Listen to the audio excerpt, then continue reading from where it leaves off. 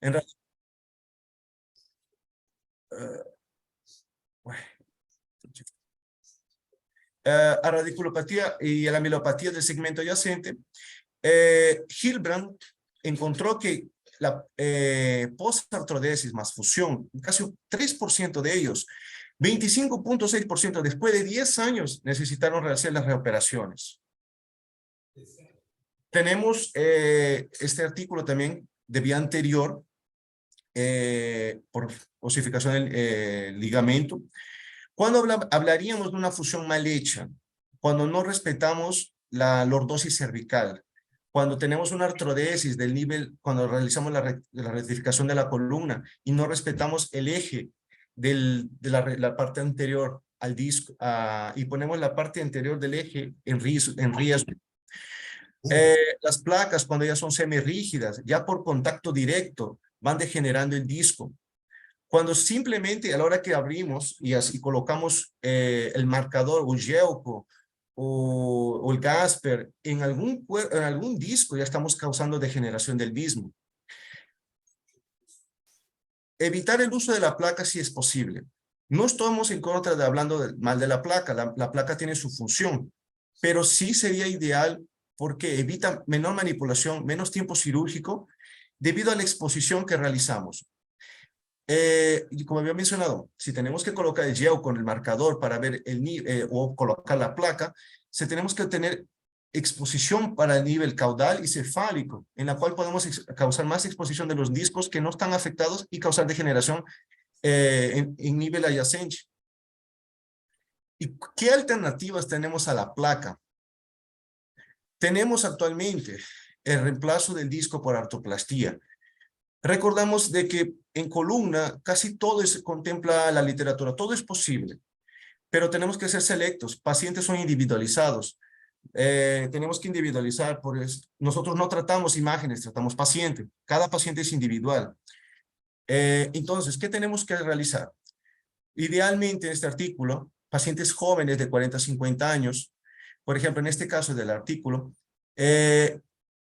con movilidad del segmento preservado por lo menos de un 50% de altura. Como en este caso, 2, 3, 4, 5. 5, 6 es el disco que fue optado por realizar artroplastía. Y el 5, 6 fue optado por fusión. Vemos que el eje vía anterior, el eje de la lordosis, corrigió casi completamente. Entonces, pero ¿qué tenemos que tener en cuenta? Que si tenemos osteófitos, tanto en la faceta cuanto en el cuerpo, ellos pueden continuar causando irritación en las raíces o en el canal medular. En esos casos es mejor realizar una fusión ósea. Pero también ahí viene uno de los pequeños riesgos, que sería una osificación heterotrópica. Me quedan 2 minutos. Uy, 2 cierto, minutos. cierto. La pseudoartrosis, cuando hablamos de pseudoartrosis, ¿no? Tenemos que tener en cuenta que la pseudoartrosis, así tengamos 3 niveles operados, un nivel es suficiente para ser sintomático. El uso de la placa tiene su control más en pseudoartrosis y en pacientes con trauma. Y ahora no es un tema más de especialista, de especialidades, sino más un tema de metaanálisis de los últimos años. Encontramos que las enfermedades de discales hasta 3 niveles, o el CAGE o standalone, tienen mejor respuesta por vía anterior que por vía posterior. Tenemos una mejor descompresión del canal medular. Este otro metaanálisis muestra cómo el CAGE standalone versus la placa, ¿qué se obtuvo? Una cirugía más rápida, menos pérdida sanguínea, incidencia de disfagia mucho más baja y degeneración mucho más baja del nivel adyacente. Este otro artículo de unos neurocirujanos y ortopedistas de aquí del Brasil, lo leí, me llamó mucho la atención, porque ellos investigaron y vieron que el 2% de disfagia, en ellos 4% TV disfonía transitoria, 2 de ellos mejoraron, nivel adyacente fue retrospectivo entre 2 a 6 años, un 14% de ellos tuvo un índice de fusión de 82%, casi igual, como había mencionado, a la disectomía más fusión. Entonces, tenemos el porcentaje es excelente. Pero no quiere decir, ellos dejan en abierto en el trabajo. Staying alone no es tan estable cuanto el uso de la placa, pero ¿será que todos los pacientes de ellos necesitan la placa? Tienen que ser selectivo el uso. Finalmente, este es artículo de mi servicio cuando estuve en la residencia, era R2. Mielopatía cervical espondilótica. La abordaje combinada a vía anterior más vía posterior es necesario. En la época cuando estuve con el profesor Euton, habíamos investigado en casos retrospectivos, habíamos encontrado que en esos 10 pacientes, en los segunda, tercera, de 2 a 3 años, en el postoperatorio, habíamos hecho parte vía posterior, descompresión más artrodesis. Habíamos encontrado que clínica y radiológicamente la mielopatía cervical había mejorado, pero la indicación, ya tenían indicación de vía anterior, por lo cual habíamos hecho otro trabajo en el cual íbamos a complementar y ver si realmente tenía mayor descompresión realizando el 360 o aisladamente. Bueno, eso es todo lo que tenía que mencionar de vía anterior. Muchas gracias. Doctor Moncada, muchas gracias por y felicitaciones por su exposición, muy clara, muy amplia. Es un tema que da para mucho más tiempo, lamentablemente. Pero ahora invitamos al doctor Pablo Vela y al doctor Vinicio Benítez, si tienen algún comentario o alguna pregunta. Igualmente para todos los asistentes con respecto a esta exposición. Pues buenas noches a todos. Gracias por la invitación. Muy buena la conferencia del doctor Moncada. La charla estuvo, la palestra, como dicen en Brasil, con muy buena información. Siempre hay controversias en esto de la vía anterior o de la vía posterior, qué tipo de cirugía hacer, corpectomías, disectomías, placas, injertos, cajas, prótesis, en fin. Hay una cantidad de elementos y de implantes para resolver estas situaciones. Lo mismo la técnica quirúrgica, como él mismo lo dijo, que si lo abordamos por el lado derecho, pero si lo abordamos por el lado izquierdo. Personalmente, para mí eso no tiene mayor relevancia. Yo abordo del lado izquierdo cuando el paciente tiene una radiculopatía mayor del lado derecho. Cuando tiene una radiculopatía del lado derecho, lo abordo por el izquierdo. Eso porque siempre utilizo el microscopio en las microdisectomías y es más fácil ver la raíz y el foramen del lado contralateral al que uno está operando. La verdad es que la literatura ya ha demostrado que no hay diferencia en cuanto al componente al compromiso de disfonía y disfagia si se aborda por el derecho o por el izquierdo. Y pues ya más tarde mostraré algunos casos para que los discutamos como me pidió el doctor para analizar cada una de estas situaciones. Ahora, en mi experiencia personal, la vía anterior resuelve más o menos el 70-80% de toda la patología de mielopatía cervical, así es que sigue siendo la vía más recurrida por nosotros los cirujanos de columna para resolver los problemas de mielopatía. Gracias. Vinicius, ¿alguna opinión? Sí, buenas noches a todos. Muchas gracias por la invitación. Llamo la atención para la relación a parte clínica del paciente, porque cuando se puede mirar los dermátomos, es muy común tenemos los pacientes con dolor escapular e interescapular. Muchas veces no es difícil de hacer una relación con qué nivel de columna está acometido con la hernia. Entonces, se puede mirar el dermátomo, tiene raíces C5, C6, C7, C8, todos en la región de interescapular y escapular. Bien, también tiene residentes en la reunión. Hay residentes, sí. Sí. Una pregunta que yo hago siempre para los residentes que están conmigo es, ¿dónde está lo laringeo recurrente? Esto es una pregunta muy importante porque muchos residentes hablan que estás en una posición, etcétera, hacen la descripción, pero no son capaces de mostrar dónde estás realmente. Y si no sabes dónde estás, es muy fácil de hacer una lesión. Entonces, lo laringeo recurrente estás siempre en la incisura traqueoesofágica. Por estar nessa posição, podemos fazer uma compressão extrínseca com o afastador e também uma compressão intrínseca com o tubo de intubação orotraqueal. Em relação à técnica quirúrgica, lo digo bem que é muito controverso. Es el tema más controverso de cirugía de columna, la vía anterior, vía posterior, a CDF, prótesis, etc. Pero mi recomendación es que cada quirúrgico haga la propio estudio, la experiencia personal es muy importante para esto. Entonces, en mi experiencia personal, yo tengo un script todo pronto para hacer la indicación quirúrgica.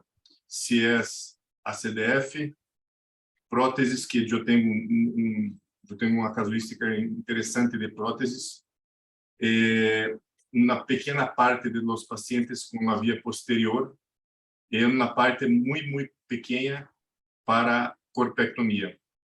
Porque yo pienso que en la mayoría de las veces es posible tratar al paciente sin una corpectomía, que es una cirugía muy grande, mucho mejor que una disectomía.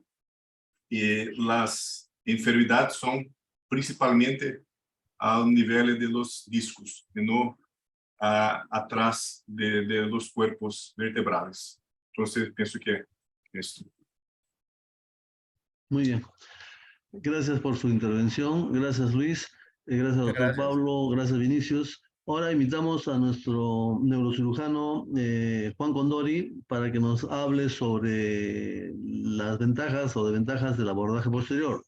Juan Condori es neurocirujano del Hospital del Seguro Social y de la práctica privada en la Clínica de Especialidades Médicas, una clínica que tiene un perfil en cirugía con una muy alto.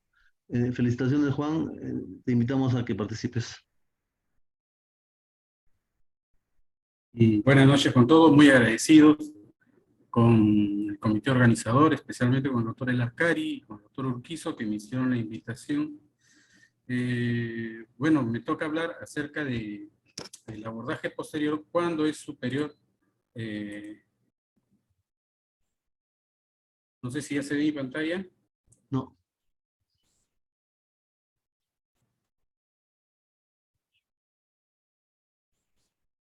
Ahí se puede ver. Ahí está, perfecto. ¿Se ve mi pantalla? Ya está bien.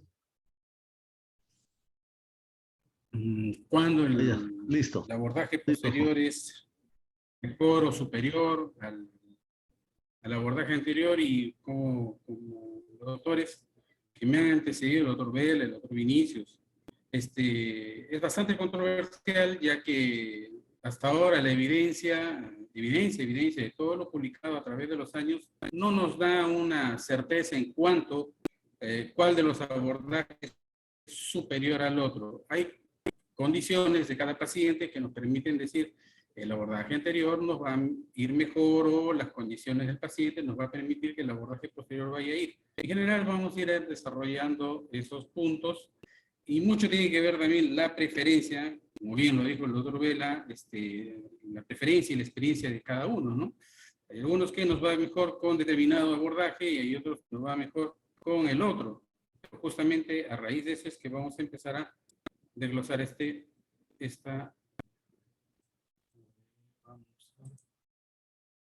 Listo.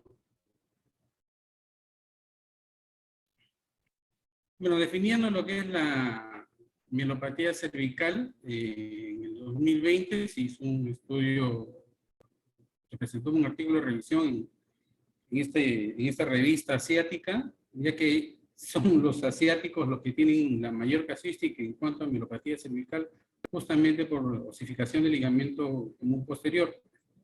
Y bueno, para refrescar la memoria en cuanto a la definición, sabemos que la mielopatía cervical es una enfermedad producida por la compresión o isquemia de la médula espinal.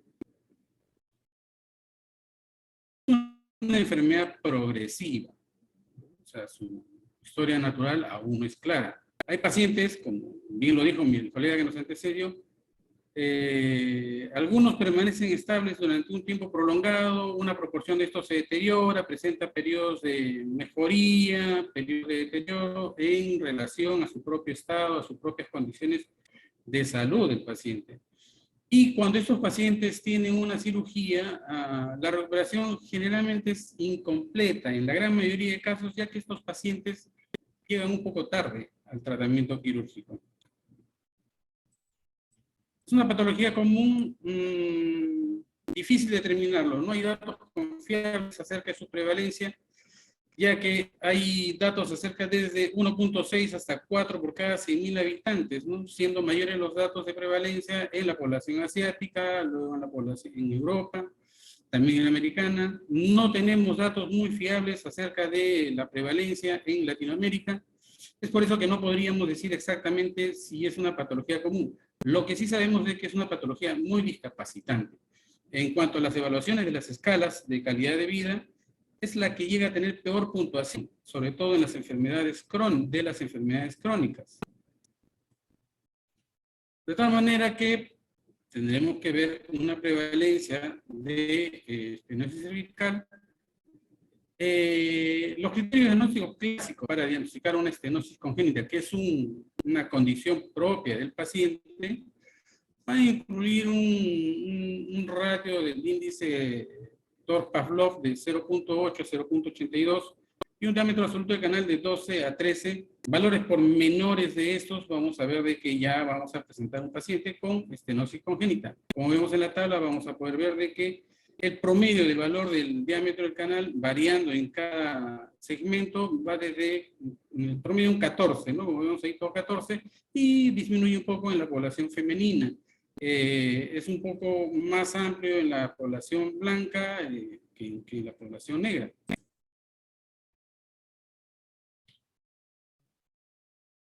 Pero aquí se complican las cosas, ya que no es una enfermedad simple. O sea, no sabemos exactamente qué pacientes están teniendo estenosis o compresión de la médula espinal, sino hasta hacer un estudio de resonancia magnética. Si bien estos pacientes vienen con cuadros clínicos que van avisando, cuadros clínicos centinelas que nos comunican ya de que puede ser que clínicamente tengan una estenosis del canal raquídeo, historial de caídas a repetición, canales, adormecimientos, parestesias, disestesias. Entonces ya no va hablando de que hay algún tipo de problema en cuanto a la compresión de la médula espinal.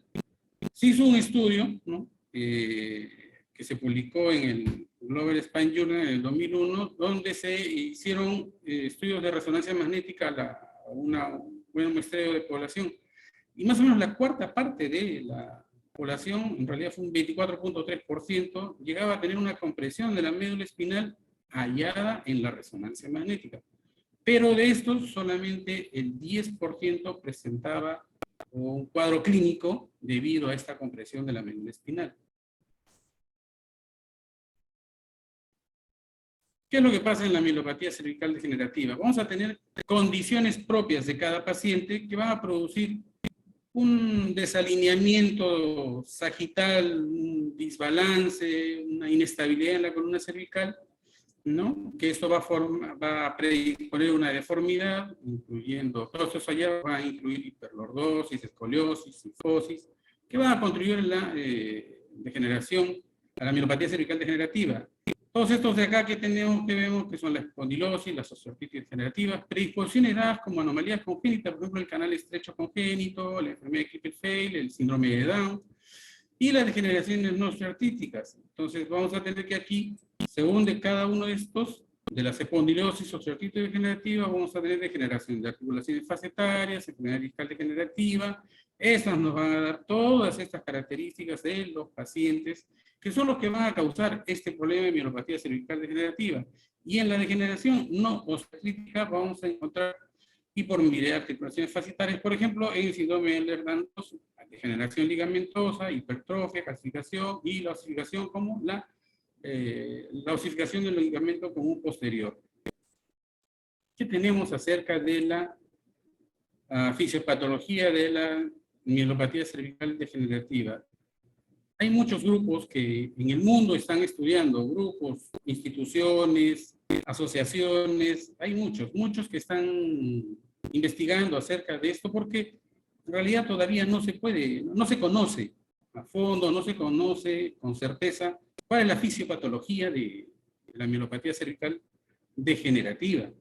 Si no sabemos, si no entendemos la enfermedad, es difícil que podamos diagnosticarla en forma correcta y eso va a traer como consecuencia que tengamos mucha dificultad a la hora de decidir un tratamiento adecuado para el paciente. Es por eso que se están creando muchas instituciones que investigan la mielopatía cervical y cuál es fisiopatología.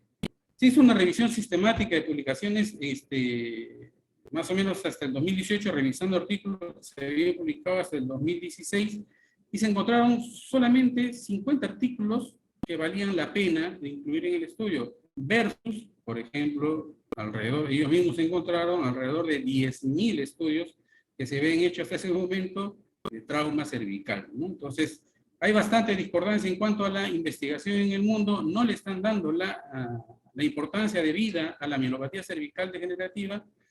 Es una enfermedad degenerativa que afecta, todos lo sabemos, a la población adulta de mayor de 50 años, personas que todavía están en actividad económica, desde los 50 hasta los 70 por lo menos, tienen 20 años de vida activa económica. Entonces hay que darle una buena importancia. ¿Qué es lo que nos dice este estudio de aquí? Que la degeneración cervical es ocasionada por un estrés mecánico. Este estrés mecánico va a producir inflamación, apoptosis, muerte celular programada, daño vascular, daño del endotelio, va a producir compresión de algunas arterias, como la arteria espinal anterior, lo cual va a reducir un flujo sanguíneo, eso produce hipoxia isquémica, por eso es que vamos a encontrar los cambios de señal en las resonancias. Ocurre también una suerte de muerte celular, esto nos va a llevar a una muerte celular programada, a una autofagia, hay activación de factores de la inflamación. Ocurre también una respuesta celular, la cual nos va a dar un aumento en la cantidad de estos astrocitos, una disminución de los oligodendrocitos, lo cual nos va a llevar a una degeneración de la mielina. También va a haber daño del endotelio, daño de la barrera, como ya mencioné, bastantes factores proinflamatorios. Todo eso va a llevar a que se produzca la degeneración cervical. Hay una correlación clínica y imagenológica. Todos hemos visto en nuestra experiencia, en nuestra práctica diaria, que es difícil muchas veces encontrar que haya una correlación clínica imagenológica, ¿no? Pacientes que tenemos con un índice modificado de 12, con una compresión pequeña aparentemente, apenas están caminando con apoyo de un bastón, y hay pacientes que tienen un índice de 17, pero se ven muy bien. Y en su imagen se ve de que hay una estenosis considerable con osificación del ligamento común posterior. ¿Por qué ocurre esto? Eso es justamente lo que causa asombro en estos grupos que están estudiando. Es una enfermedad discapacitante que se puede deteriorar rápidamente. Por ejemplo, este paciente de 60 años con diabetes tipo 2, hipertensión, que presentó 2 meses antes de la última resonancia estos síntomas que se describen acá, síntomas propios de una compresión de médula espinal, ya presenta un cuadro clínico.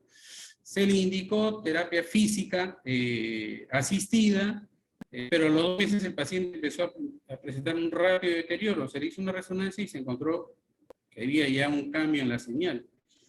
Entonces, mencionamos de que es una enfermedad que rápidamente puede deteriorarse y ser discapacitante. ¿Qué se están haciendo en los grupos de estudio? En el 2022 hizo una investigación acerca de proponer un nuevo marco de investigación de las bases biológicas de esta patología. En este nuevo marco de investigación lo que se está investigando es cuáles son los factores que son directamente proporcionales a la producción de esta patología. Y se encontró, o bueno, se ha propuesto que son el estrés mecánico, la vulnerabilidad del paciente y el tiempo en que ocurre esta enfermedad. Mientras más tiempo con la enfermedad, la posibilidad de recuperación va a ser mucho menor. Tenemos 3 hasta 5 tipos de estrés mecánico, ¿no? Compresión, tensión, descargas compartidas, doblamiento, torsión, ¿no? Todos estos esquemas de aquí, que pueden ser ejemplificados en las resonancias, los vamos a encontrar. Si ven acá en esta imagen de acá, hay mucha relación en cuanto a la enfermedad degenerativa cervical con la alineación de la columna cervical, ¿no? Columnas que vemos que han perdido la cifosis, que están dobladas hacia adelante. Vamos a ver de que hay una especie de estiramiento de la médula con consiguiente deterioro de las arterias posteriores, lo cual nos va a llevar a pensar de que la patología cervical degenerativa está estrechamente ligada al alineamiento sagital de la columna cervical. De ahí que es importante determinar qué tipo de abordaje va a ser mejor o cuál va a ser más útil en el paciente, si necesariamente solo el anterior, solo el posterior o un abordaje combinado. A ver, ¿sí está? Entonces, ¿qué tenemos? Este es un algoritmo que publicó el doctor Ratko Jurak de Chile el año pasado. Si tenemos un paciente que se queja de síntomas de miembro superior y dolor del cuello, el paciente tiene que tener un examen físico para detectar estos signos, ¿no? Anomalías en la marcha, debilidad muscular, problemas de control de la motricidad fina, incontinencia urinaria e intestinal.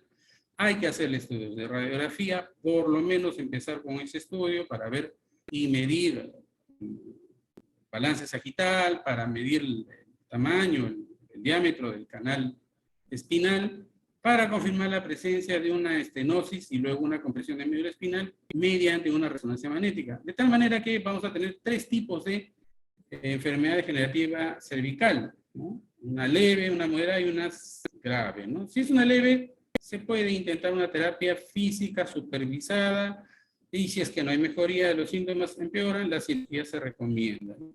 Si es moderada, se tiene que referir al cirujano de columna para una posibilidad de tratamiento quirúrgico. Si el tratamiento conservador es elegido por el paciente, no que sea indicado por el galeno, este tratamiento tiene que ser supervisado con mucha frecuencia, entre 6 a 12 meses, si es que se presenta algún tipo de deterioro. Y si hay una enfermedad degenerativa grave, se tiene que derivar, obviamente, al cirujano de columna para su tratamiento quirúrgico pronto, porque mientras más pronto se pueda operar a ese paciente, los resultados, según toda la evidencia que hasta ahora se ha obtenido, son mejores. Dentro de su evaluación del paciente se tiene que monitorear el éxito quirúrgico y computación de la escala modificada japonesa, ya que hasta ahora es la que es más sensible para poder evaluar la evolución de estos pacientes. En el 2017 la AO Spine publicó su guía de práctica clínica para el manejo de neuropatía cervical degenerativa. ¿Ya? Aquí se vio, bueno, todos conocemos ya esta guía, ¿no? Cuando recomienda tratamiento quirúrgico, sí hay una severidad una gravedad de moderada y severa. Tratamiento quirúrgico, la recomendación es fuerte para darle tratamiento a pacientes para que su evolución obviamente sea mejor, ¿no? Si es leve, el manejo inicial puede ser quirúrgico, conservador, pero tiene que haber un seguimiento estricto. Nunca se debe de perder al paciente, siempre se debe seguir con su evaluación. Bien, ¿qué tipo de abordajes quirúrgicos tenemos para la parte posterior? Tenemos estos abordajes, ¿no? Como ustedes verán aquí, en cirugía ventral, lo que ya habló todo el colega, el doctor Moncada, tenemos en cuanto a los abordajes posteriores, la laminoplastia y la laminectomía con fusión. ¿Por qué no se señala acá la laminectomía? Porque ya se ha visto en los estudios que tiene no buenos resultados para la mayoría de los casos e incluso predispone a otras complicaciones a largo plazo. Por eso es que cada vez se está dejando de hacer la laminectomía sola. vamos a comparar la efectividad de los resultados entre las cirugías ventrales, los abordajes ventrales versus los dorsales, ¿no? Para este tipo de patología. En este estudio se enrolaron 50 pacientes, 28 se les realizó cirugía anterior, una artrodesis cervical múltiple, y en 22 una cirugía posterior. ¿Qué se observaron? Mejoras significativas en los síntomas específicos de la enfermedad y en la calidad de vida al año postquirúrgico. El índice del dolor de la disability neck pain, como se ve, para el abordaje dorsal fue mejor que para el abordaje ventral después de una cirugía. En este estudio se observó que había una mejoría significativa en ambos grupos. Por eso es que se indica la cirugía, porque la mejoría va a ser notoria cuando el tratamiento quirúrgico sea realizado en forma adecuada. El abordaje anterior fue superior en los índices, en las evaluaciones de la calidad de vida que el posterior. Pero la fusión posterior se asoció con más niveles operados, mayor estancia hospitalaria y más gastos hospitalarios. Otro estudio del 2013, cirugía anterior versus la posterior. Los resultados clínicos fueron similares cuando hablamos de mielopatía multinivel. Si hay abordajes posteriores, estos van a ampliar más el canal raquídeo. Los abordajes anteriores van a producir menor dolor axial, o sea, sirven más, producen mejor alivio del dolor axial, obviamente por la anatomía que tienen. Y la laminectomía con fusión, comparándose con la laminoplastía, produce menor dolor axial. La laminoplastía versus la laminectomía con fusión, el mejor resultado es hacia la laminoplastía, y también preserva mejor el movimiento. En el 2018, más estudios que comparan los resultados. Como ven, se hacen estudios cada cierto tiempo, cada 2 o 3 años se están publicando nuevos estudios a gran escala para comparar los resultados de los estudios de las cirugías, tanto anterior como posterior, para poder ayudarnos a decir cuál es la que vamos a realizar. El abordaje anterior por mielopatía cervical de 3 a 5 niveles tuvo una estancia hospitalaria más corta en comparación con los que se sometieron a descompresión posterior y fusión. Pero hay unas tasas similares de índice de capacidad en cuanto a la calificación numérica del dolor del cuello y del brazo, la escala europea de la calidad de vida, la puntuación modificada de la JOA y el cuestionario de satisfacción de la NAS también fueron similares los resultados. El reingreso a los 90 días, a las actividades diarias y el trabajo a largo plazo fueron similares en ambos tipos de abordajes.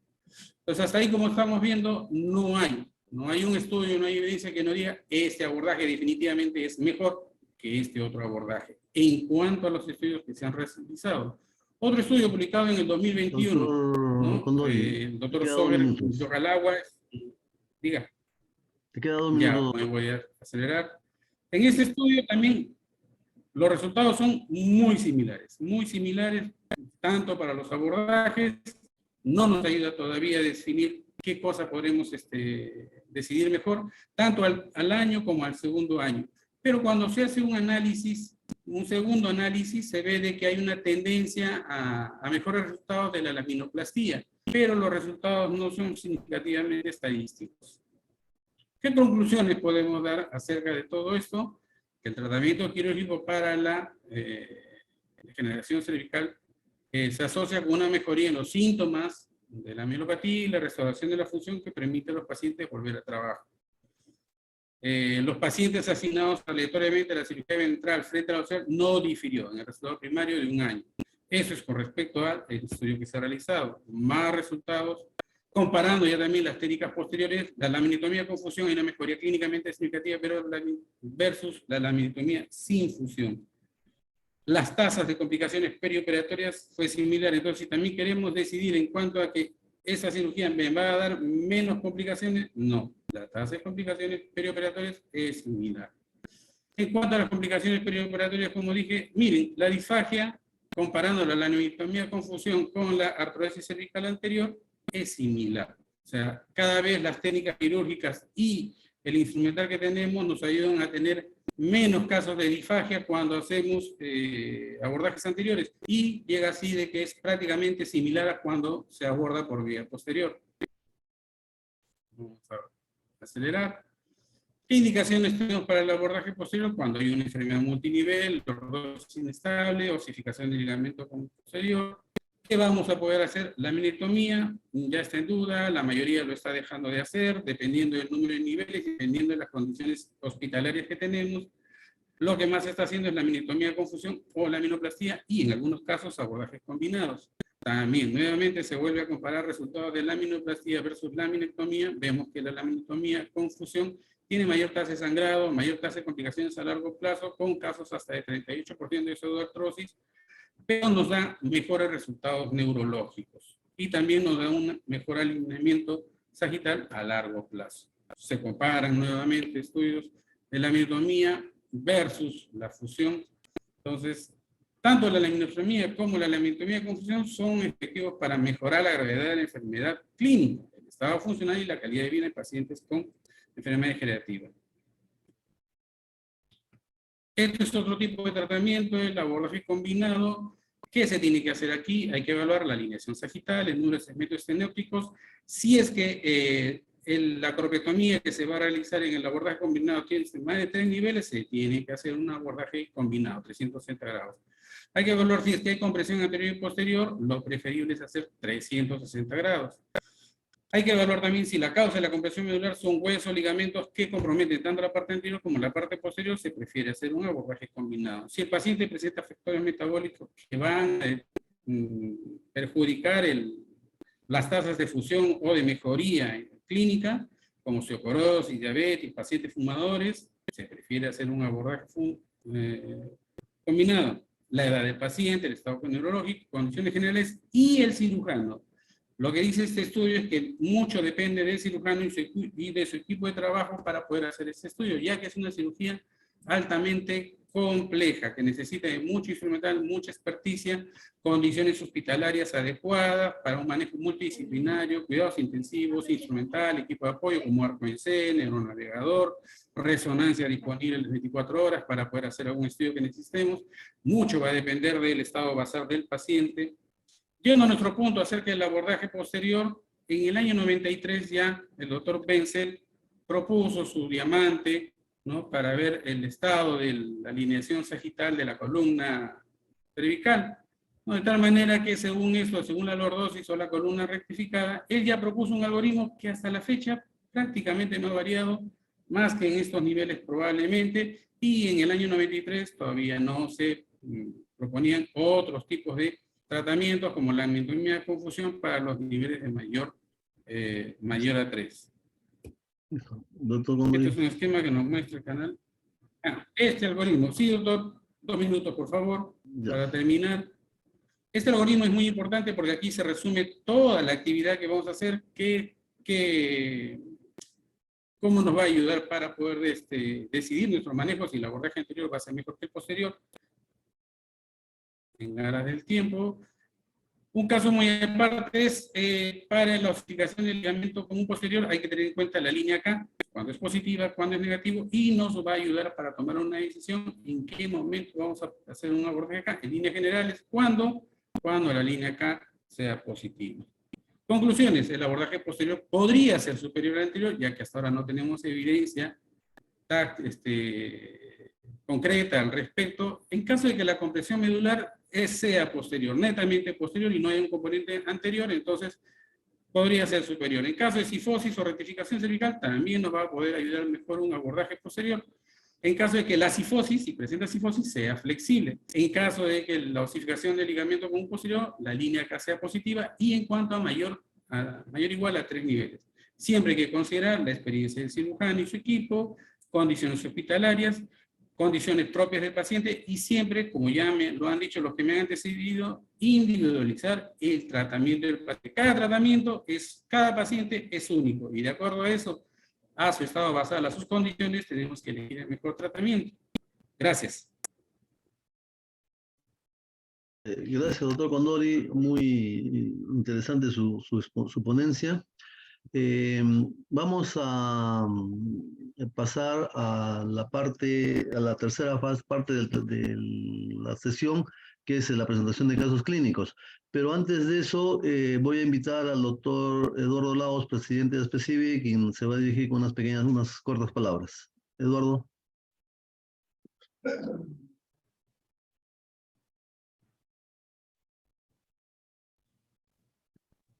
¿Cómo está? Buenas noches. ¿Sí me escucha, no, doctor Ábalos? Sí, sí. Sí. Muy bien. Nada, solamente de parte de ASPECIBE estamos primero, gracias, agradeciendo y muy contentos de la participación de la Sociedad Peruana de Neurocirugía a través del doctor Condori, de la Sociedad Peruana de Ortopedia y Traumatología con su invitado, el doctor Moncada, y agradecer evidentemente al doctor Vela, que siempre nos apoya, el doctor Vinicius, agradecer a la moderación del doctor Ábalos y a la vez a la organización de estos jueves académicos de ASPECIBE, el doctor José Luis Urquizo. Solamente quería mencionarles de que estas sesiones son 10 sesiones online, en el cual al finalizar en noviembre las sesiones, los que tengan la mayoría de asistencias van a tener su certificado del Colegio Médico del Perú con 2.5 del puntaje válido para la recertificación médica que el Colegio Médico del Perú nos establece. Pero principalmente quería invitarlos porque dentro de casi un mes, prácticamente 5 semanas, se va a realizar el 5º Congreso Peruano de Cirugía Vertebral el 21, 22 y 23 de abril en el Hotel Los Delfines. Y para ello contamos con la experiencia de muchos ponentes nacionales, pero también con el apoyo de muchos de los ponentes, en realidad 11 ponentes internacionales, tanto para los cursos pre-congreso como para el congreso. Y justamente tenemos presencia hoy día del doctor Pablo Vela, que va a estar en el pre-congreso de AO Spine y que nos va a apoyar con alguna charla en el congreso mismo el día sábado 22. Así que aprovecho para agradecer siempre el apoyo al doctor Pablo Vela, tanto en estas sesiones online como ahora en la parte presencial, y esperamos vernos para compartir experiencia con los cirujanos de columna peruanos. No se olviden que este congreso lo importante es compartir experiencias, no solamente la parte social, la parte académica, sino también la parte de investigación. Y es ahí donde invito a los cirujanos de columna, tanto neurocirugía, ortopedia, residentes de ambas especialidades, a presentar temas libres, trabajos libres, serie de casos raros o casos que es importante que conozcamos en estos trabajos libres, que el último día para la presentación es el 25 de marzo. Invitamos a todos a que puedan y así poder compartir aún más experiencias y más investigación en la cirugía de columna en el Perú. Todos lo pueden ver, lo he puesto en el chat, el link para el congreso. Pueden acceder a través de ese link y ahí están las características para los temas libres, el costo de inscripciones, los cursos pre-congreso. Ahí tenemos ya el curso pre-congreso de Spine, que va a ser el 21, el viernes 21, mañana y tarde. Ahí van a encontrar la agenda en la página que les he mandado por el chat. A la vez, en paralelo, en otra sala, en el turno mañana vamos a tener el curso precongreso de Promedón, y en la tarde también otro curso precongreso de Johnson & Johnson. Así que los invitamos a todos para este congreso que esperamos que cumpla con las expectativas, como creo que lo va a hacer. Y nada, esperamos encontrarnos y vernos ahí. Muchas gracias a todos los presentes el día de hoy, y los dejo con el doctor César Ábalos Arenas otra vez en la moderación. No sin antes decirles que creo, doctor Ábalos, que hay algunas preguntas en el chat. Sí, por eso hemos hecho un cambalache. Ok. Para cerrar este punto de las conferencias, tenemos unas preguntas que las voy a mencionar para todos, no solo para los ponentes, sino también para los panelistas. Hay una pregunta del doctor Cari. ¿Qué complicaciones hay con respecto a la lesión radicular de C5 en los abordajes anteriores y posteriores? No sé quién quisiera responder eso.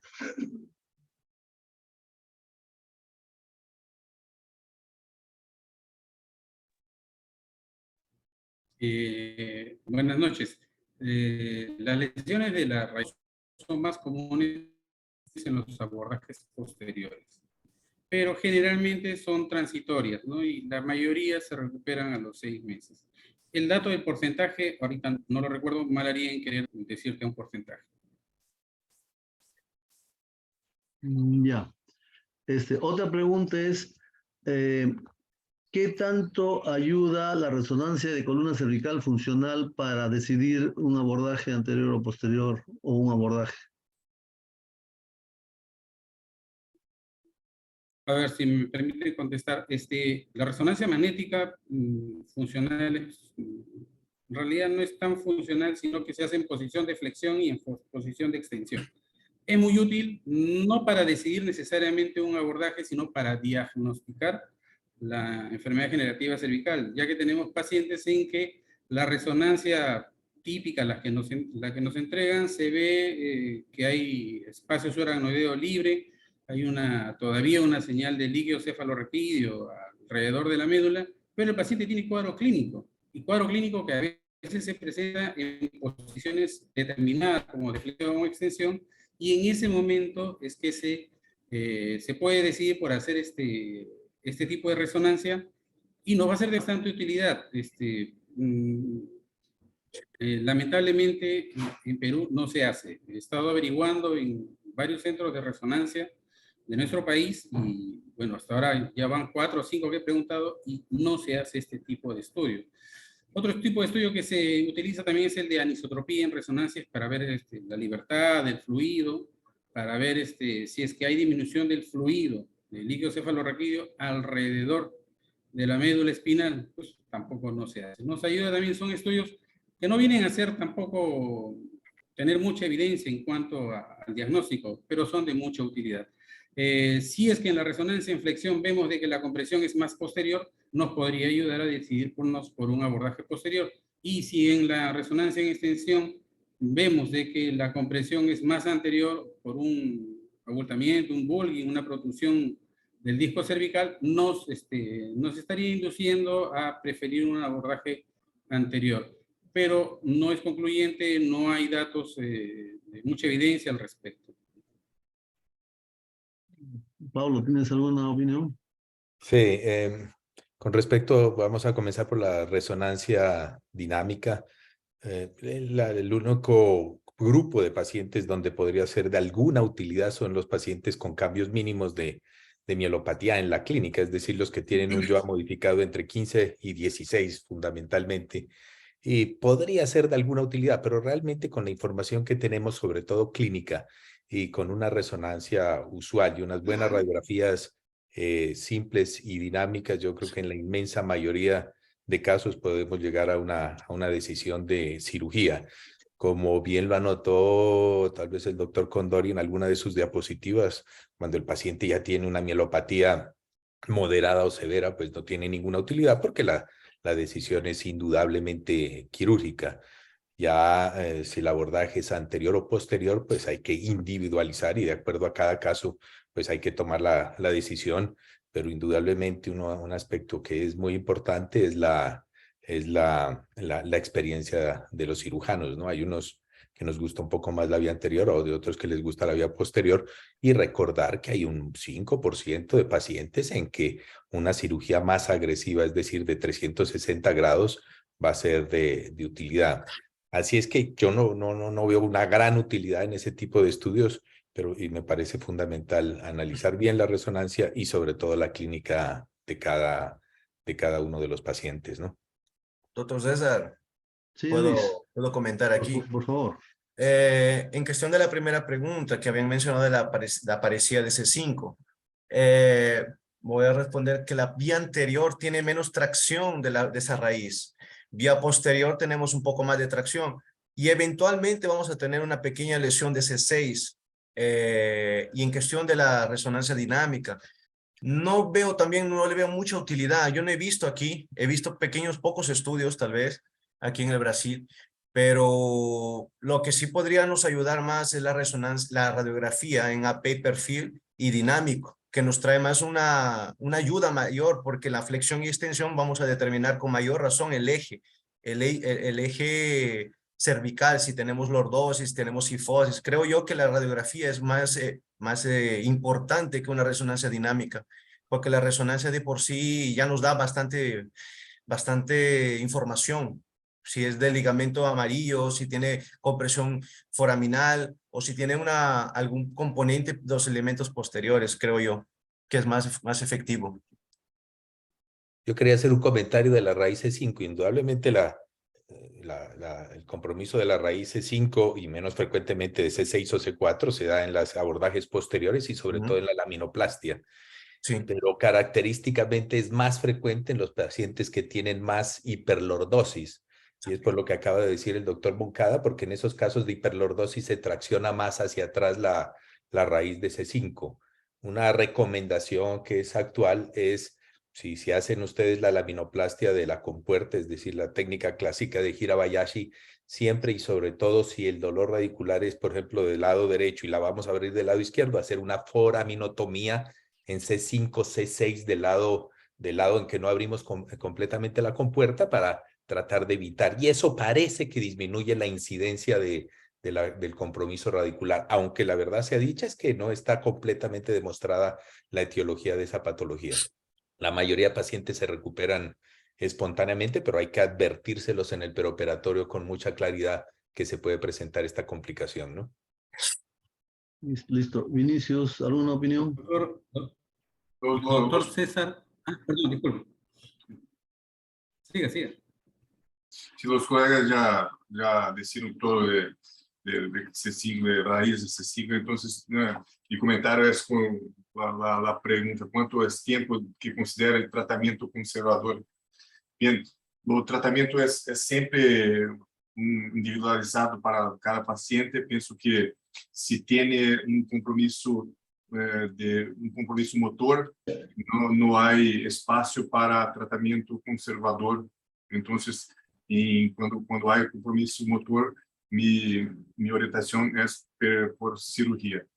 Cuando tiene un compromiso solo sensitivo y dolor, entonces yo hago la explicación para el paciente de historia natural, posibilidad de mejora, de peora, y hago una decisión conjuntamente con el paciente para la intervención quirúrgica más precoce o más tardía, porque no pienso que no es posible hacer una colocación para el paciente. Tiene que esperar 4 semanas, 6 semanas, 7 semanas. Cada paciente tiene un pensamiento diferente, actividades de trabajo diferentes, actividades físicas diferentes y también medos que son completamente diferentes. Tiene pacientes que no tienen miedo de se someter a una cirugía, otros pacientes tienen un completo pavor de cirugía. Entonces, todo esto debe ser llevado en consideración para hacernos conjuntamente la decisión. Pienso que esto. Listo.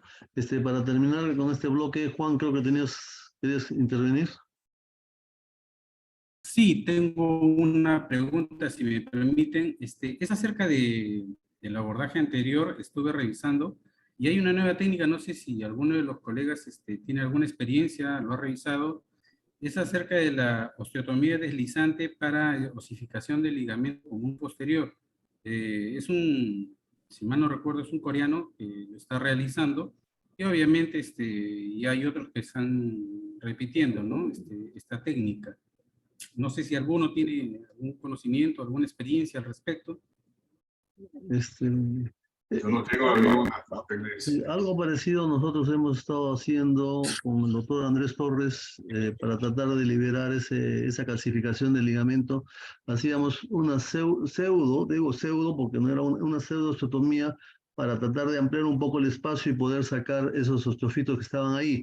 Aunque hay reportes que dicen que una vez que estabilizada la columna, ese osteofito tiende a reabsorberse, ¿no? Pero sí hemos hecho, no la técnica propiamente dicha de la que tú te refieres, pero sí algo parecido las hemos hecho hace muchos años en el departamento de neurocirugía del Hospital de Policía y nos iba muy bien. realmente con muy poca agresividad para el paciente, ¿no? Yo no te entendí en qué consiste esa osteotomía, porque dijiste osteotomía deslizante. No comprendo el término. ¿Exactamente a qué hace referencia? Es una, bueno, ahora habla Juan. No, Juan. Ya, imagínense como que hiciera una laminoplastía, o sea, con dos surcos que se hacen a los costados de las láminas, con un drill de alta velocidad, pero en la parte anterior pues, se hace un drill, con un drill se hacen unos surcos en las vértebras que están comprometidas con osificación del ligamento común posterior, tengamos la derecha e izquierda, y con eso se puede disecar y traccionar hacia adelante el cuerpo vertebral que tiene el ligamento común posterior osificado. Entonces, dependiendo del número de niveles, en este estudio de este colega coreano lo hace para hasta 3 niveles, hasta 4 niveles. Y él en su técnica lo que hace también es cortar el ligamento común posterior superior a la osificación para poder hacer un desplazamiento anterior. Al hacer el desplazamiento anterior, lo que va a hacer es drilar la parte anterior del cuerpo vertebral para ponerlo al nivel de lo que es los cuerpos vertebral superior e inferior de los segmentos comprometidos. Y luego estos se van a fijar, se van a colocar unas cajas intersomáticas y una placa. No sé si se logra entender lo que expliqué. Sí se entiende, pero la verdad no, yo no tengo ninguna experiencia. Pues uno, por lo Tam- menos en el medio donde yo me desempeño, no hay muchos casos de osificación del ligamento común posterior. Y en general, cuando tengo uno de esos casos, prefiero la vía posterior, ya sea con laminectomía más fusión o laminoplastia. Me parece que es la mejor cirugía porque la vía anterior siempre tiene una mayor tasa de complicaciones, así sea con esa técnica que dices, pues no veo cómo evitar un poco, porque es que la osificación se adhiere mucho a la dura madre y la lesión de la dura madre y la fístula por vía anterior es difícil de resolver y se presenta más con esa técnica. Yo no recuerdo haber hecho una vía anterior en un paciente con osificación del ligamento posterior. Yo también no, la verdad es que durante mi formación aquí de 2 años aquí de columna, también no tengo experiencia ni he oído hablar de eso. Normalmente realizamos más vía anterior con o cage, en alón o artroplastía. Más así, esa técnica, como había mencionado en mi presentación, creo que está contraindicado porque es difícil tratar una fístula licórica si tenemos una lesión del ligamento longitudinal posterior por vía anterior. Creo que es muy difícil tratarlo. Entonces concuerdo con el doctor Pablo de hacer mejor una vía posterior. Bien. Ahora pasamos ya al último tema de esta sesión. Invitamos al doctor Vinicius Benítez y Pablo Vela para la presentación de los casos, problema y discusión. Vinicius, si quieres comienzas.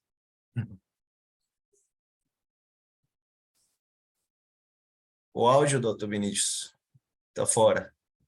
Sí, doctor Pablo puede comenzar. Voy a intentar, a ver, compartir aquí la pantalla.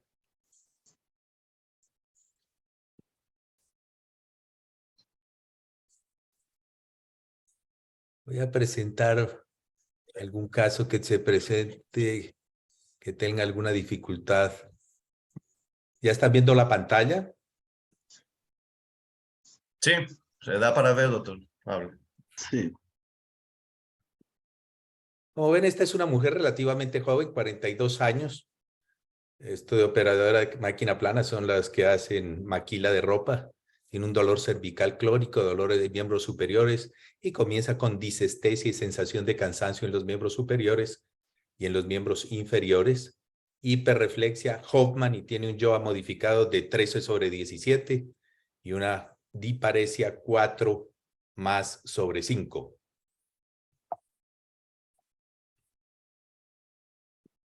Esta es la resonancia magnética. Doctor Pablo, disculpe, no se debe su presentación aún. Se quedó trabado.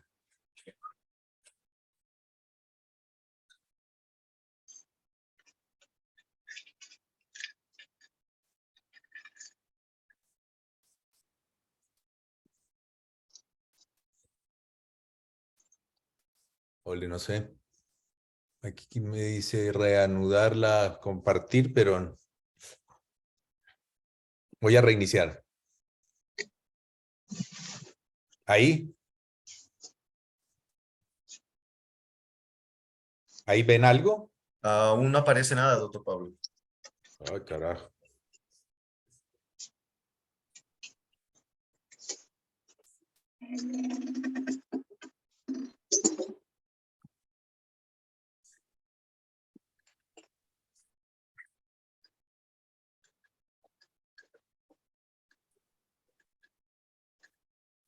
No, me salí de la...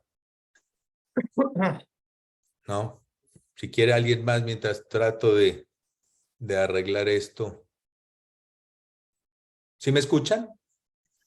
El audio está muy bien. Sí.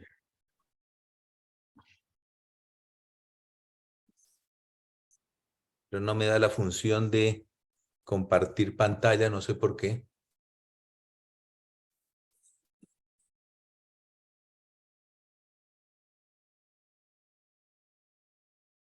No, no me da función de compartir pantalla.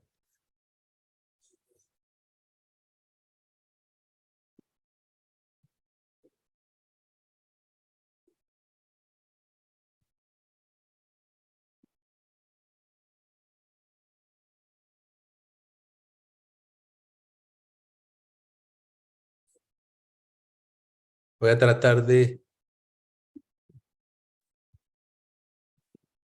Tal vez si sales y vuelves a entrar con... Eso estoy intentando. Voy a cerrar a ver. Sí. Mientras tanto, como para ir haciendo un comentario que me considero que es muy importante para nosotros, sobre todo acá en el Perú, fue una expresión que hizo Juan Condori. Acá carecemos de una estadística adecuada y clara de nuestra patología en columna, en general y en particular de columna cervical. Nuestros sistemas de estadística, de acopio estadística, no son muy buenos.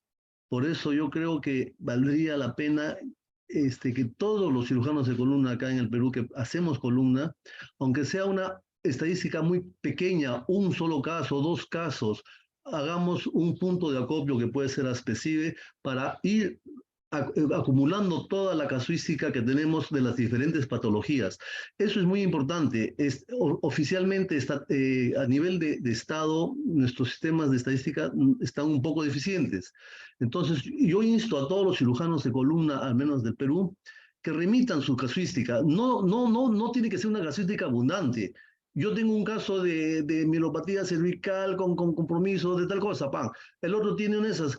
Se remite, puede ser la Sociedad de Neurocirugía, puede ser la Sociedad de Traumatología, puede ser en el capítulo de columna que tenemos, o puede ser en ASPECIBE, que viene a ser la congruencia de las dos especialidades, y vamos acopiando nuestras estadísticas. En Puno, dos casos de tuberculosis vertebral. En Piura, un caso de hidatidosis en columna, y vamos acumulando estadística y vamos a tener una base de datos importante que nos permite mejorar técnicas, uniformizar protocolos y sobre todo tener poder solicitar recursos tecnológicos que nos permitan hacer una mejor cirugía. Ese es un sueño que tengo y que debemos tratar todos los cirujanos de columna, acá en el Perú en especial, porque otros países logran hacer ese tipo de acopio de información. Insto a todos los cirujanos de columna del Perú de que remitan su estadística para poder tener una mejor backup que nos permita mejorar técnicas, recursos, procedimientos, todo en beneficio del paciente. Pablo, no sé si entraste. No, no he podido todavía. ¿No? Entonces, que esta inquietud cale en todos los cirujanos para que podamos tener esa estadística que nos va a servir mucho. Es necesario. Vinicio, no sé si tú tienes algo mientras se libera el bloqueo de Pablo. Sí, puede presentar. Un momento. No es que no me deja entrar ni siquiera a la reunión, hola.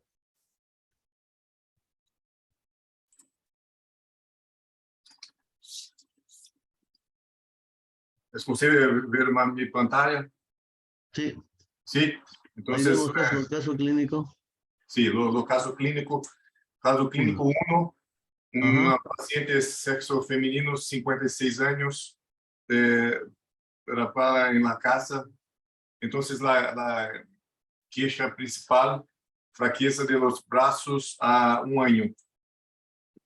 Entonces, la paciente es una paciente muy antigua, 2014, un dolor cervical 5 años, que 1 año, faz 1 año que tiene una incapacidad para pentear los pelos, para escribir también tiene una dificultad, hay una alteración para escribir, la letra es diferente. Entonces, hace uso de medicaciones para dolor, fisioterapia, pilates, pero sin mejora. Lo VAS es 5 y lo Neck Disability Index 48. Entonces, no dolor, tiene un dolor, pero es un dolor moderado.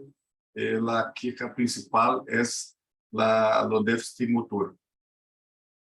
O paciente hace uso de pregabalina, etina, tiene una hipertensión controlada, no tiene osteoporosis, solo una osteopenia. Y hay una historia de ferimento por arma de fuego a 15 años, con fragmentos de projétil en su fase. Por este motivo, no es posible hacer resonancia magnética. Entonces, exame físico con dolor para flexión, extensión de la columna cervical, sin otras alteraciones en exame físico. Y neurológico tiene una fuerza grado 4 para abducción del hombro izquierdo, 4 para aprehensión de manos, de mano y quirodáctilos bilateralmente, con reflejos grado 3 globalmente, entonces activos, hiperactivos globalmente, con un Hoffman bilateral. No hay Spurling y el sinal de Guillermitia es presente. Entonces, ¿hay comentario de algún residente o solo yo hago la presentación?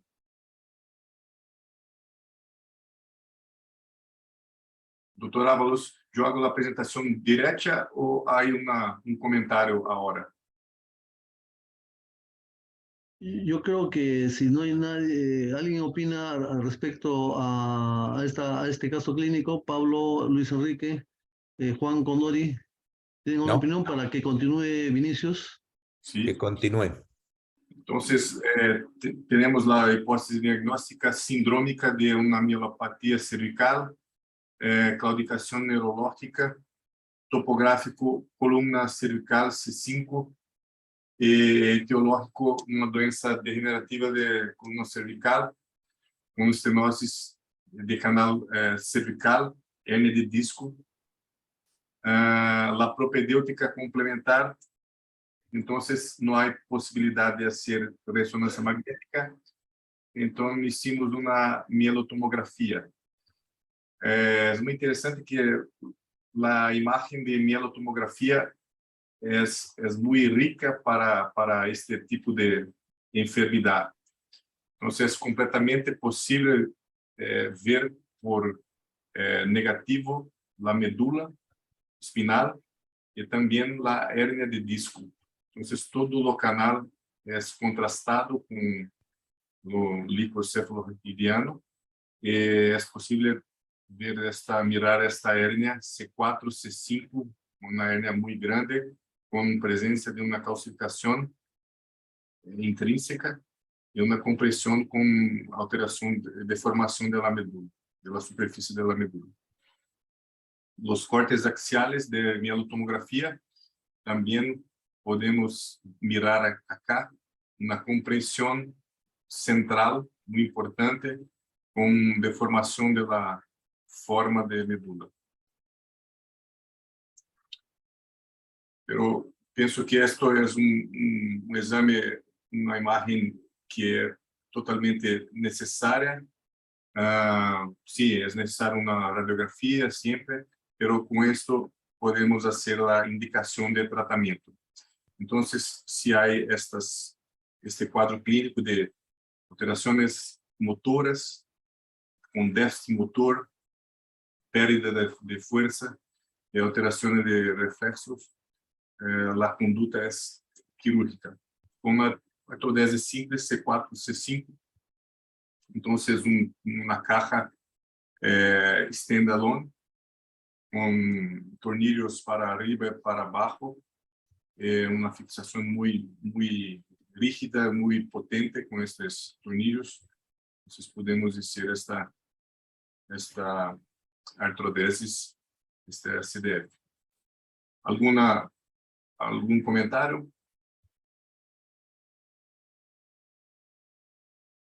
¿Algo diferente a una otra conducta?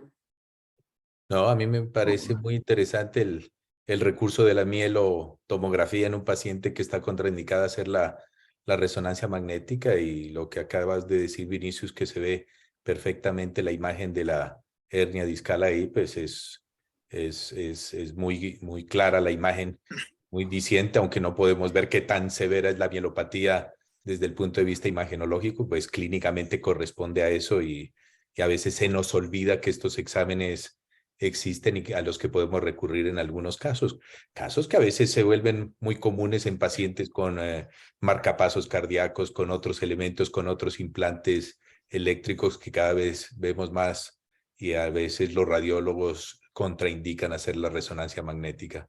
Así es que me parece un buen recurso en este caso. Sí. Acerca de la decisión quirúrgica, estoy totalmente de acuerdo. Una hernia en un solo nivel con una compresión anterior, yo creo que es la mejor cirugía esta ECDF. Sí, perfecto. Estamos de acuerdo, pero como con aspecto docente, ¿por qué una caja y no una placa una placa con tornillo superior e inferior? Sí, esto es una preferencia personal. Entonces, desde que yo empecé a hacer cirugía de la columna, yo hago uso de placa solamente para situaciones de inestabilidad, solo prácticamente para traumas. Entonces, para todas las otras enfermedades, entonces yo hablo de enfermedad degenerativa. Mi experiencia es con la caja standalone siempre. Entonces, para 1, 2 niveles siempre standalone. Y también yo tengo una experiencia con 3 niveles de pacientes con más de 7 a 8 años de evolución, con una buena evolución de dolor y en comparación con pacientes otros que tienen placas y todo. Entonces, mi experiencia y mi decisión cirúrgica siempre por caja standalone. Porque lo motivo son porque son varios.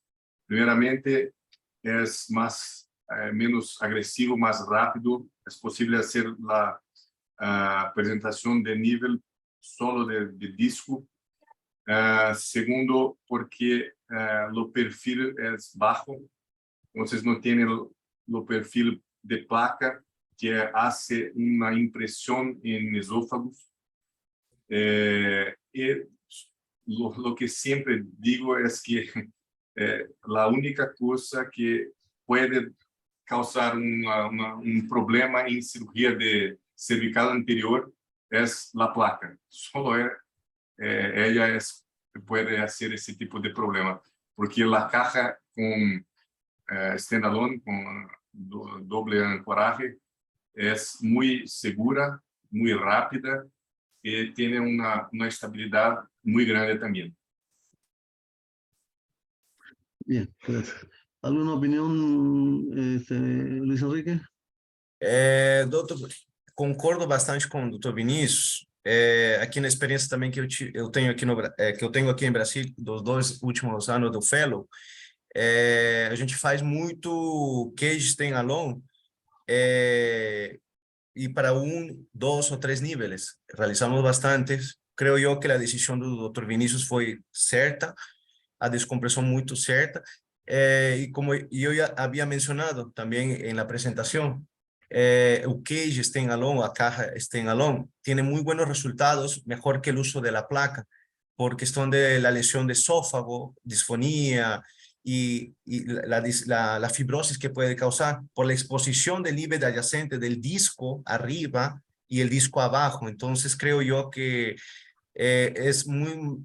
En la experiencia que he tenido en estos últimos años, que he visto durante la residencia de ortopedia y columna, he visto que la evolución de los pacientes es muy buena. Al día siguiente automáticamente colocamos al paciente para deambular, realizar actividades ya normales, no colocamos ni dreno, nada. Entonces creo que la recuperación es excelente con este alón. Sí, y una otra ventaja es porque la placa puede hacer una degeneración de nivel. Si la placa es un poco mayor que el espacio, puede hacer una degeneración, acelerar una degeneración del disco. Sí. Excelente. En este caso, mi interés también es por la mielotomografía, porque yo pienso que no es todo residente que ya ha visto este examen. ¿Sí? Sí, esas dos justificaciones que han dado sobre el nivel adyacente y sobre el perfil, esas son las razones de peso por las que vale más un case, ¿no? Eso es lo importante, eso es lo que queríamos rescatar, por qué esa decisión. Han dado la explicación correcta respecto a la justificación. Bien, y sobre todo el valor de la tomografía en estos casos. Orienta y ayuda bastante. Puede faltar ciertas cosas de la parte neural, pero sí nos ayuda y nos permite tomar decisiones quirúrgicas, una tomografía en casos en que no se puede hacer la resonancia. Sí. ¿No? Sí, bien, Pablo, ¿lograste entrar o...? Creo que sí. A ver, voy a intentar. A ver. ¿Quieres retira tu pantalla, Vinicius? Sí. Eso. Voy a tratar de compartir aquí a ver si... Entonces, ¿por qué le esconde? Yo. ¿Ahí ven mi pantalla? No. No. Ya.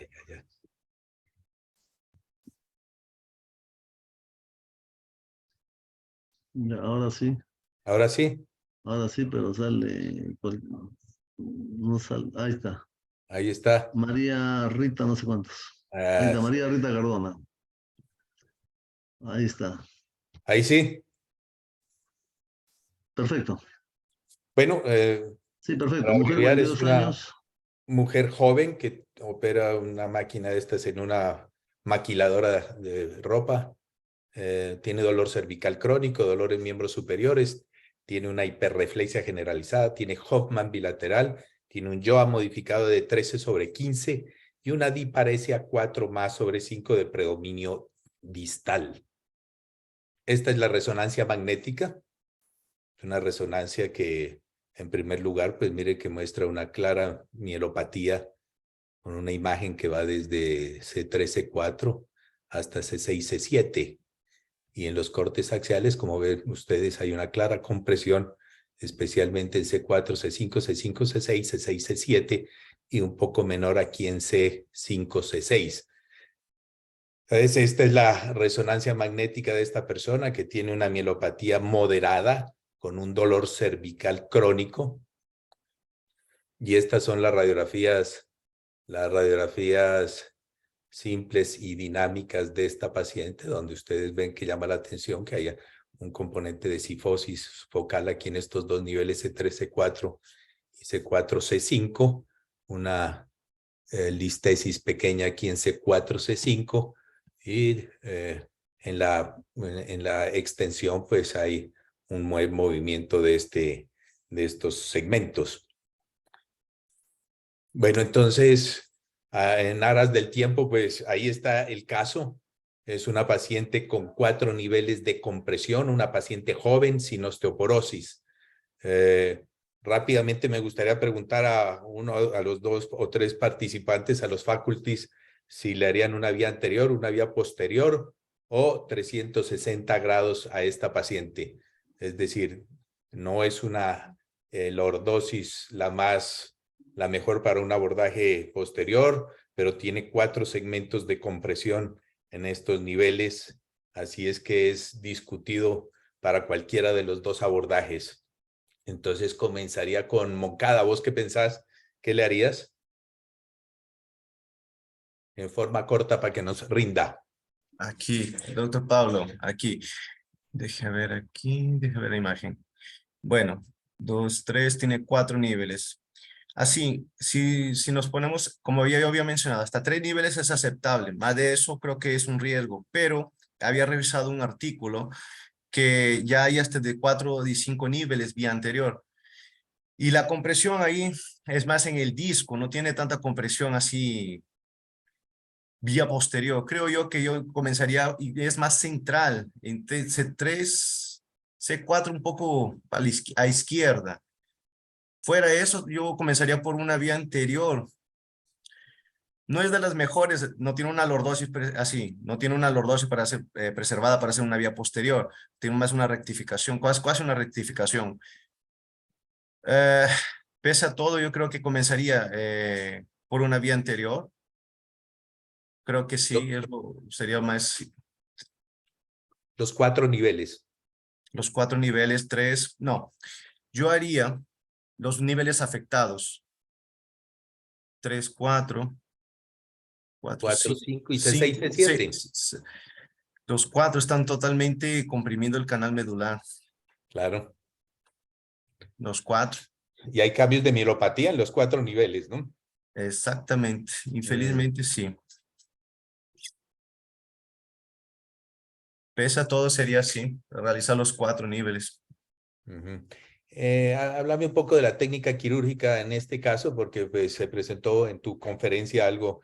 ¿Lo haces por el lado derecho o por el lado izquierdo? Y en este caso, ¿haces una incisión oblicua o una incisión transversa? No, aquí lo haríamos más transversa, oblicuo, perdón. Oblicuo, por la amplitud que tendríamos que llegar un poco más al... Nosotros, bueno, aquí con mi preceptor más hemos hecho por el lado izquierdo. Entonces, no usamos microscopio, pero usamos la visión directa. Entonces, podríamos realizar más por el lado izquierdo hasta llegar hasta un poco, ampliar bastante hasta C7. Es bien grande el acceso, pero se puede intentar hacer. Ok, Yo no he gracias. visto nada. Vinicius. Sí, siempre el raciocinio quirúrgico que yo hago es dónde es la compresión. La compresión es totalmente anterior. Entonces, yo tengo que hacer la de compresión anterior. ¿Hay compresión atrás del cuerpo? No hay ninguna compresión detrás del cuerpo. Entonces, es posible hacer una cirugía solo en los discos. La compresión es muy clara, C3, C4, C4, C5 y C6, C7. Si hacemos una observación más apurada en C5, C6, es posible ver que la medula es con la forma correcta, tiene una fenda licórica, tiene licor, entonces no hay compresión absoluta en C5, C6. Entonces, a CDF para C3, C4, C4, C5, C6, C7. Si piensas en hacer una descompresión también en C5, C6, yo pienso que no es errado, no es un error, pero yo tendería a hacer una descompresión de C3, C4, C4, C5 y C6, C7. Yo hago una incisión transversa de 2.5 centímetros, una polegada, y yo puedo decir con seguridad que es totalmente posible abordaje de los 4 discos con la incisión transversa. Entonces, es mi consideraciones. ¿Derecha o izquierda, Vinicius, en tu opinión? Derecha, derecha. Derecha. Entonces, Moncada izquierda, Vinicius derecha. Condori, ¿qué opinas? La verdad que es difícil tomar la decisión acá, siguiendo los datos de la evidencia. Me inclinaría más a pensar que se debería hacer por vía posterior. He tenido casos similares, que los he resuelto tanto por vía anterior y por vía posterior también. Los resultados han sido similares, justo como señala la literatura médica. Lo que sí yo sí noto, hay una compresión, una hipertrofia del ligamento amarillo entre las espinosas de C3 y C4 y C4-C5, incluso con cambio de señal más notorio entre C4-C5, lo cual sí me animaría a mí a realizar una vía posterior, ya que los resultados, según la evidencia, van a ser muy similares. Si bien se ve compresión por vía anterior, netamente de disco, cuando se hace la laminectomía con fusión, se observa que hay un desplazamiento de la médula y lo más importante, que hay una liberación del espacio subaracnoideo. Esto permite de que la médula tenga mejoría en cuanto al estado funcional del paciente.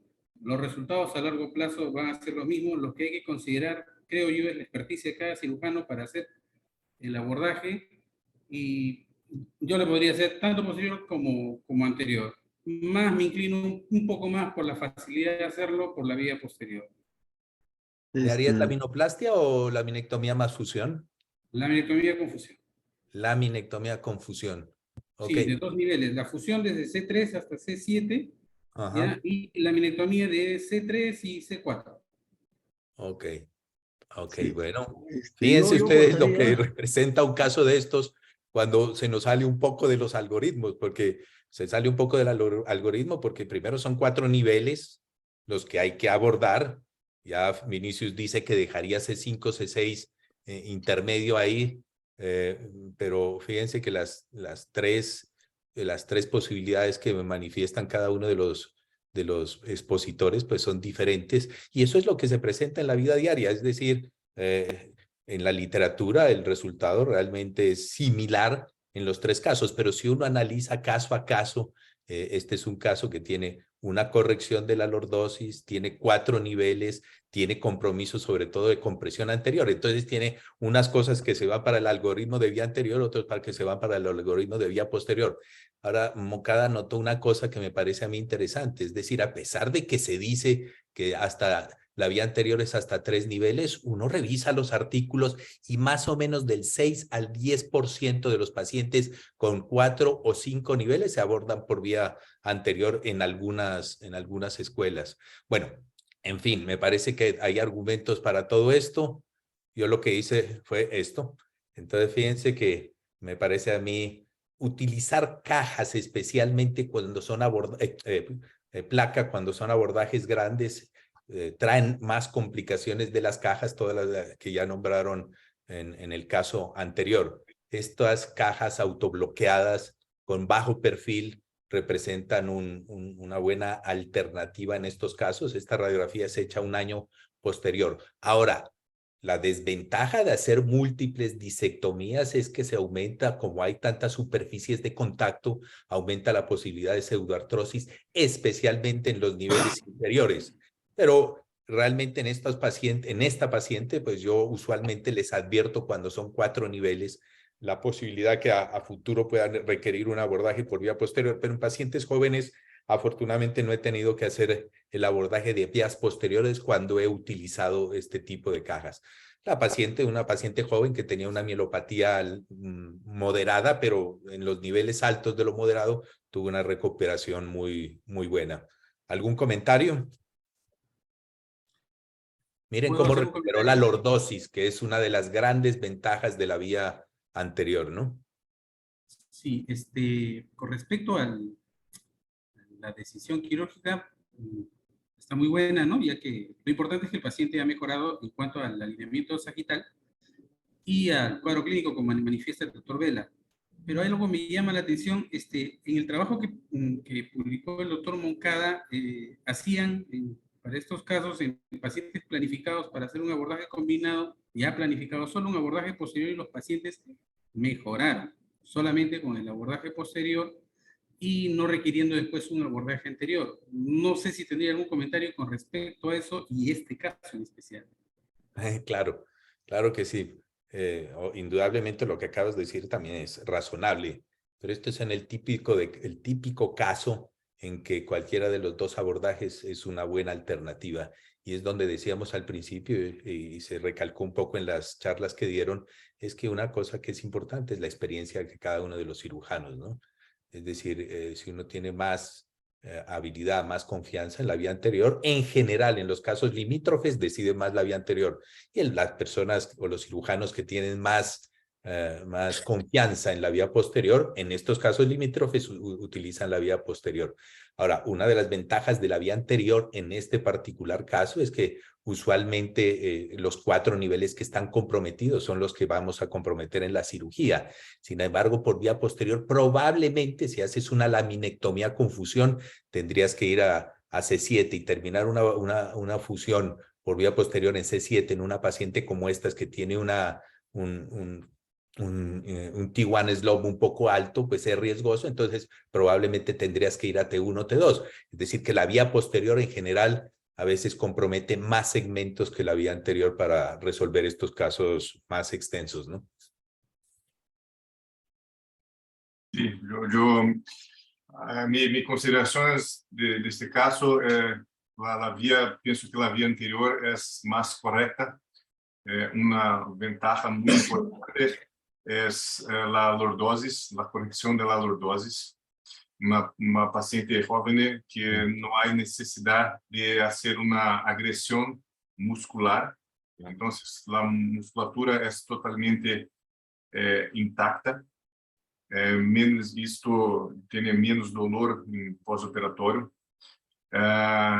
Tiene hueso fuerte, entonces no hay un grado de osteoporosis. Entonces, 4 cajas, hay una posibilidad muy grande de artrodesis, ¿sí? Entonces, la vía anterior es lo último y más importante, porque la compresión es totalmente anterior. Entonces, la enfermedad es anterior. Entonces, si hace una abordaje anterior, estás tratando exatamente el problema de lo paciente, que es la compresión anterior. Muy bonito caso, muy bonito. Muy de acuerdo.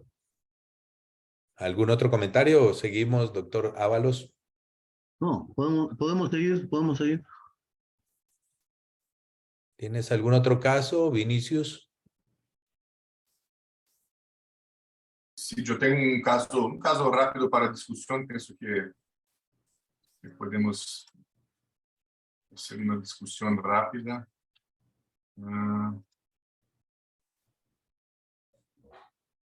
¿Todos pueden ver? Sí. Sí, esta es la dinámica del último caso. El caso 2 es un paciente de 33 años, dolor cervical y dolor en brazo izquierdo a 3 meses. Entonces, una duración corta, 3 meses.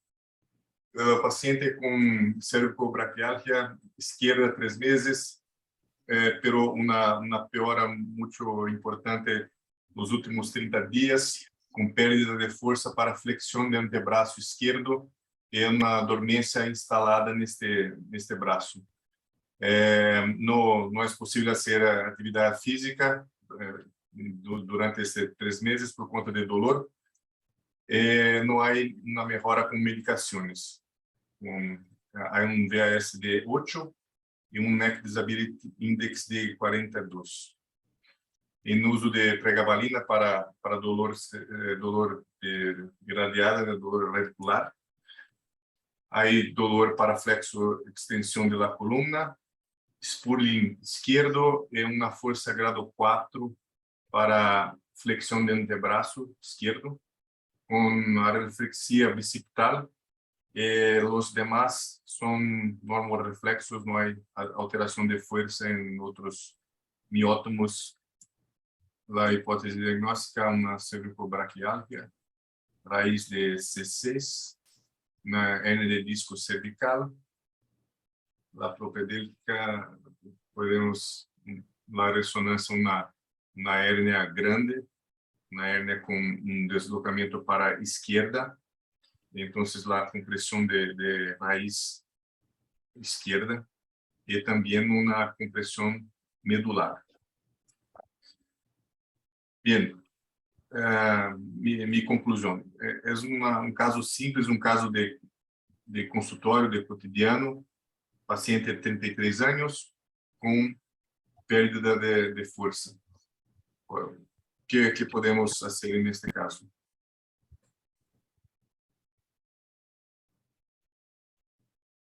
Os ponentes podem opinar?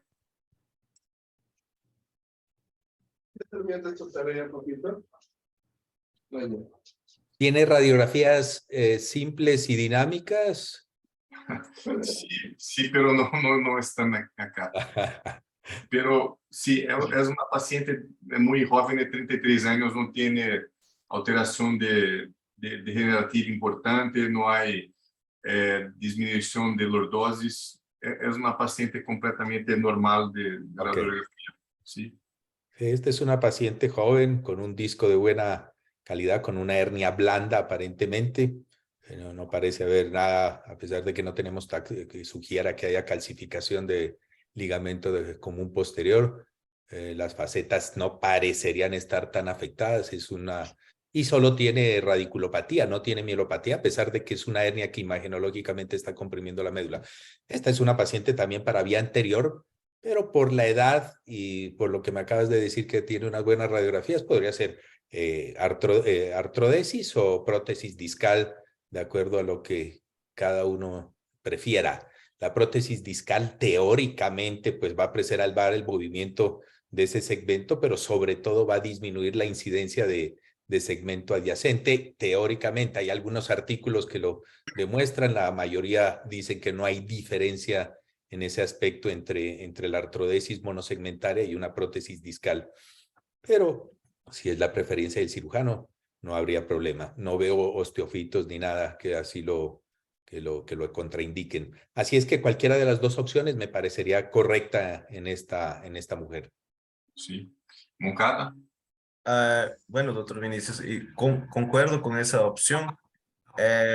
Es una hernia mole, bien blanda, no tiene ninguna calcificación. Entonces, creo yo que realmente sería una opción vía anterior, solamente o hacer un cage o una artroplastia, a depender, ¿no? Si no tiene mucha reducción de la altura del disco, creo yo que iría muy bien cualquiera de las dos opciones, como bien dice el doctor Pablo, a preferencia del cirujano. Columna contempla todas las patologías. Cada paciente es independiente. Entonces, creo que cualquier opción es muy bien indicada. Sí. Condori. Completamente de acuerdo con su solución del paciente, doctor. Completamente de acuerdo. Sí. Entonces, en una paciente joven es posible ver los discos con hidratación. Entonces, lo núcleo del disco es blanco en todos los discos, inclusive los discos con hernia. Entonces, es posible ver la hidratación central en todos los núcleos del disco. No hay hernia en los otros niveles.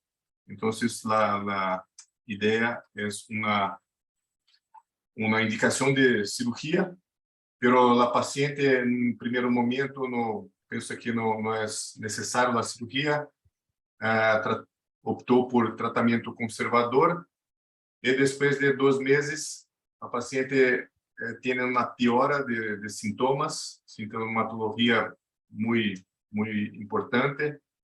Después de 6 meses de lo inicio de los síntomas, hicimos la artroplasia C5, C6. Entonces, esta es lo resultado. Paciente con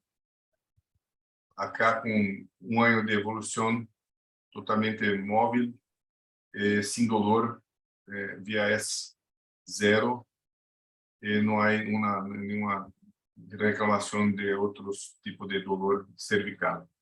Yo pienso que para estos casos, la artroplastia es una opción interesante porque tiene una posibilidad, al menos teórica, de disminuir la incidencia de degeneración del disco adyacente. Entonces, si hay esta posibilidad, podemos hacer esto. La otra ventaja de prótesis de disco es lo siguiente. Vamos pensar que no hay ventaja ninguna cuando hablamos de degeneración de disco adyacente. Pero si hay una movilidad, en el futuro esta paciente va a hacer una anquilosis, que es normal en todas las personas. La posibilidad de una anquilosis en una posición más fisiológica es mayor. Entonces, esto también es una ventaja de artroplastia. Então, penso que é para pensar que tem essa possibilidade de artroplastia também na caja de ferramenta para os cirujanos.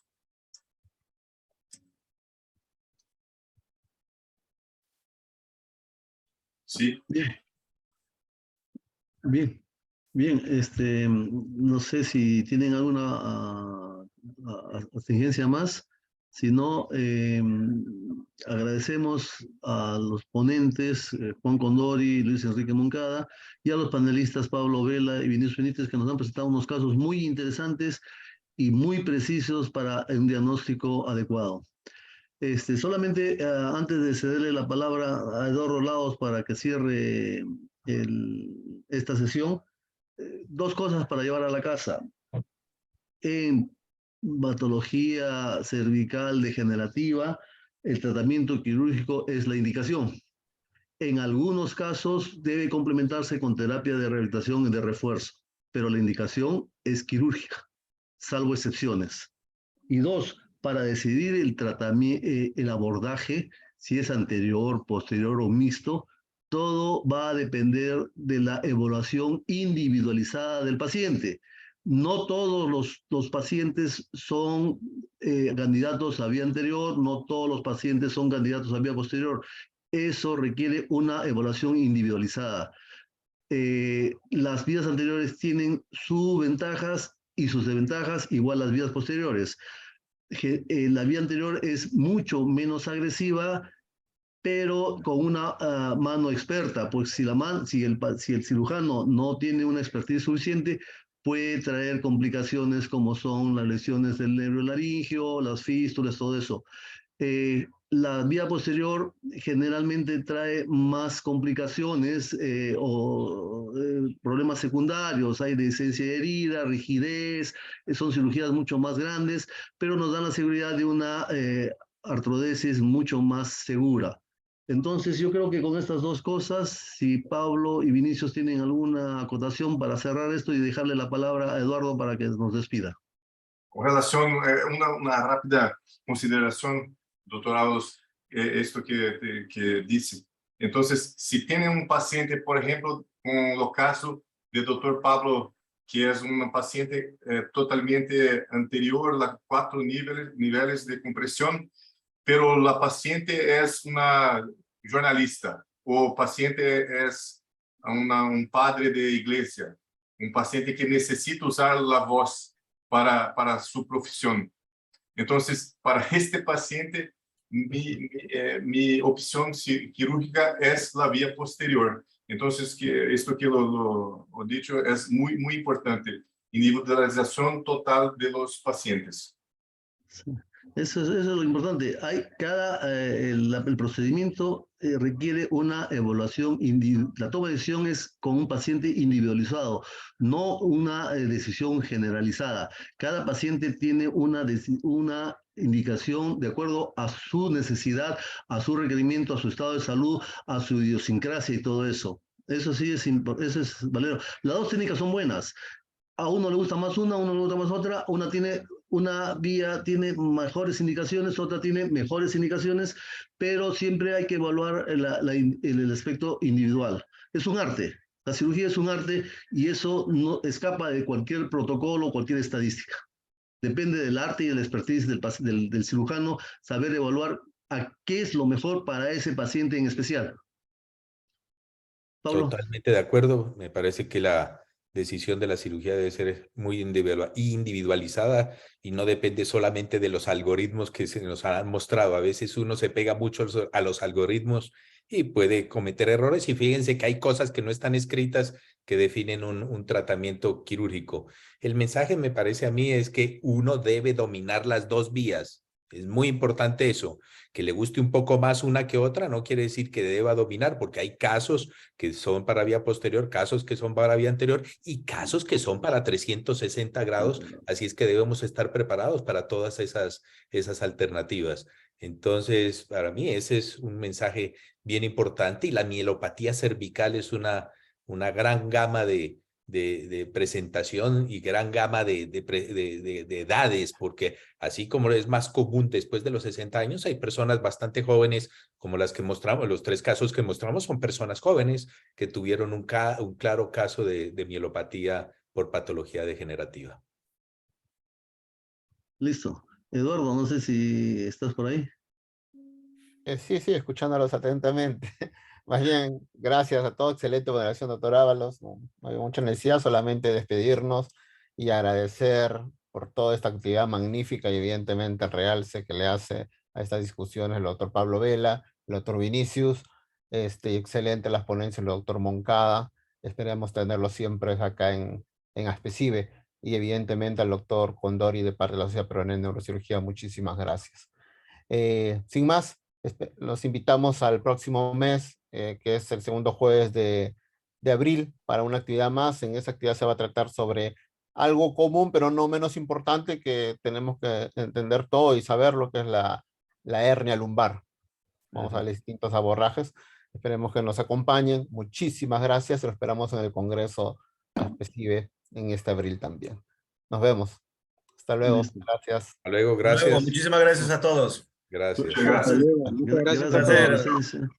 Gracias por su presencia y su participación. Nos vemos, si Dios quiere. Hasta luego. Dios quiere. Un abrazo a todos. Mucho gusto.